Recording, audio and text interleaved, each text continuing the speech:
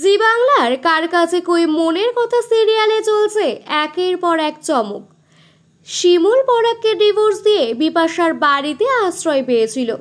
বিপাশায় তাকে জোর করে সেখানে রাখে, কিন্তু ভাগ্যের ফিরে বিপাশার স্বামী চন্দন তাকে ঠকাচ্ছিল, আর সে কথা বিপাশা জানতে পেরে যায়। সে প্রথমে একদমই বিশ্বাস করতে চায়নি, তবে সবটা নিজে দেখে বুঝে আর তার অবিশ্বাসের কোনো জায়গায় থাকে না।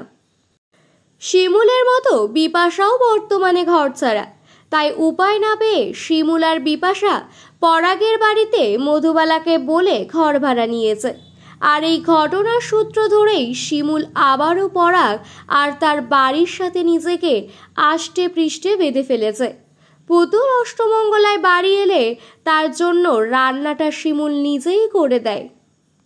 অন্যদিকে পরাগ শিমুলকে বারবার অনুরোধ করতে থাকে তাদের বিয়েটা আরেকবার রেজিস্টার করে নেওয়া হোক। শিমুল যদিও বারবার না করেই এসেছে, কিন্তু পরাগ আর তার মায়ের কষ্ট দেখে শিমুল আবার গলতে শুরু করেছে। সে অবশেষে পরাগকে আবার নতুন করে বিয়ে করতে রাজি হয়ে যায়। পরাগ তাকে নিজের চাকরিটা পাইয়ে দিতে চায়।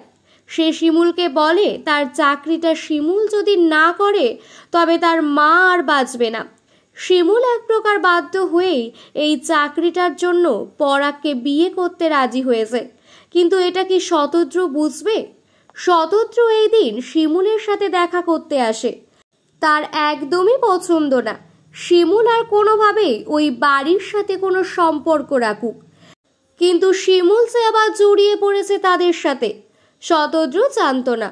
এদিকে শিমুল শতদ্রুকে স্পষ্ট জানিয়ে দেয় যে সে পরাগ ঠিক না হওয়া পর্যন্ত ওই বাড়ি থেকে বেরিয়ে আসতে পারবে না।